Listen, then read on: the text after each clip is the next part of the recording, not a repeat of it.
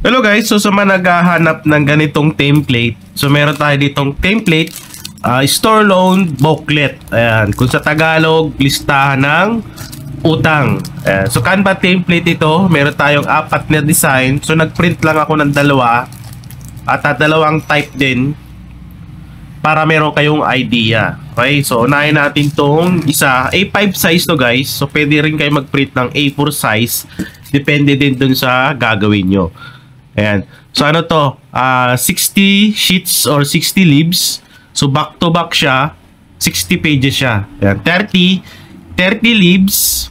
Total of 60 pages kasi back to back siya. Ayan. So meron tayo itong spring. Ayan. Kung tawagin ay notebook type na spring. Ayan, so back to back yan. So dito, ito yung pinaka-template natin. So pwede nyo dagdagan kung personalize. Lagay nyo ng name ng tindahan kung may nag-request. At yung sa likod. Ayan. So first page natin, so meron tayong customer contact information. So dito nilalagay yung mga information ng mga uutang sa tindahan. So ilalagay mo yan dyan, yung customer name, address, contact number, at note. Yeah, so para mabilis mo matandaan yung customer na uutang sa'yo at kailangan niya na lagyan para may details sila, para alam mo kaagad kung anong pinaka-information ng uutang sa'yo. Yan. Customer name, address, contact number, at note. Yan. So dito naman, so back to back yan guys eh.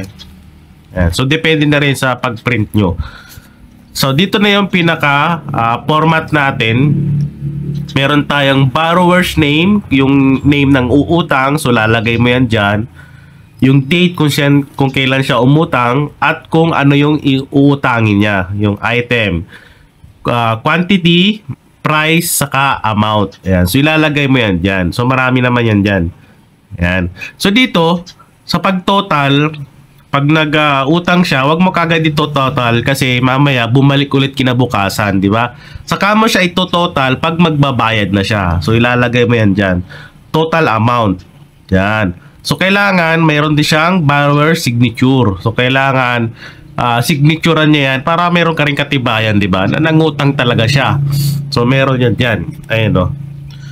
Tapos yung previous balance, diyan mo rin ilalagay para matotal mo yung pinatotal amount tapos yung previous balance niya kung meron man. Okay? Judith. Yeah, si Judith. Kung kailan mo siya sasabihan kung kailan mo siya kailangan singilin or kailangan sila magbayad kung kailan sila magbabayad. Yan. Note. So bahala ka na maglagay kung ano ilalagay mo sa note.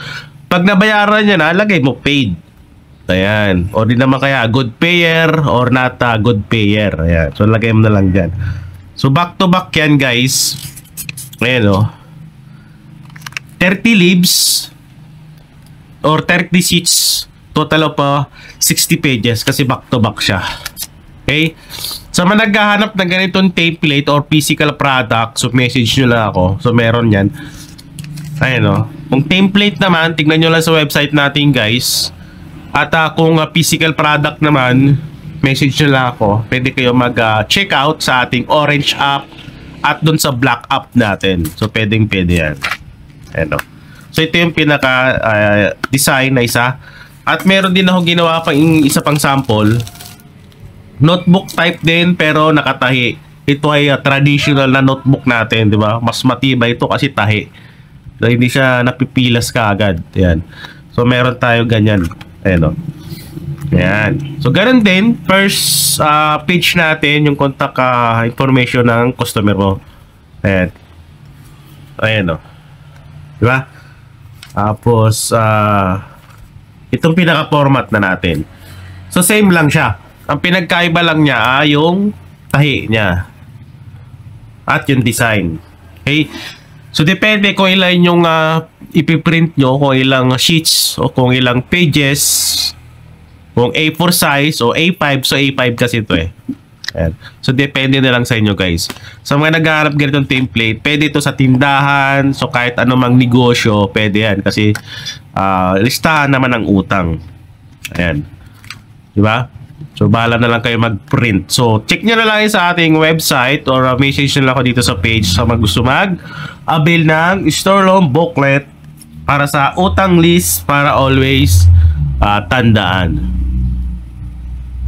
Siyempre, dito lang yung mabibili dito sa website natin. So, click nyo na lang yung link dyan sa description or sa comment section. Sa website natin, guys, marami kayong template na mahanap. So, i-search nyo na lang. So, click natin ditong store loan.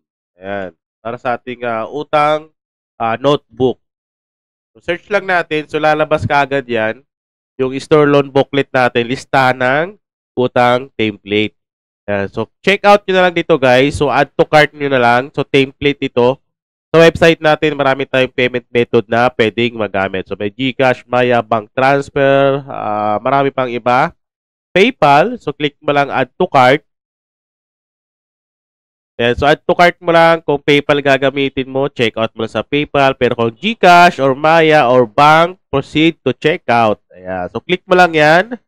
Sa pag-checkout dito sa website natin, guys, fill upan mo lang yung billing details natin. Kasi importante yan. So first name, last name, yung country, yung postcode, zip code, yung phone number at higit sa lahat at napaka-importante yung email address. Kasi dyan isi-send yung details na binili mong template.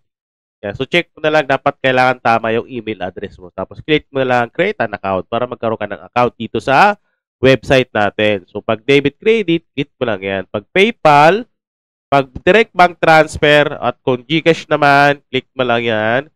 I have, read, and place order. So may lalabas dyan, guys, na QR code. So i-scan mo na lang yun. So hindi mo na kailangan i-connect yung GCash mo dito sa website natin. QR code basis tayo. So pag lumabas yung QR code, i-scan mo na lang siya. Okay, so pwede yan sa GCash, Maya, at iba pang QR page natin. So pag nag-successful yung ating payment, so hintayin nyo na lang sa email nyo. At doon isi-send yung template.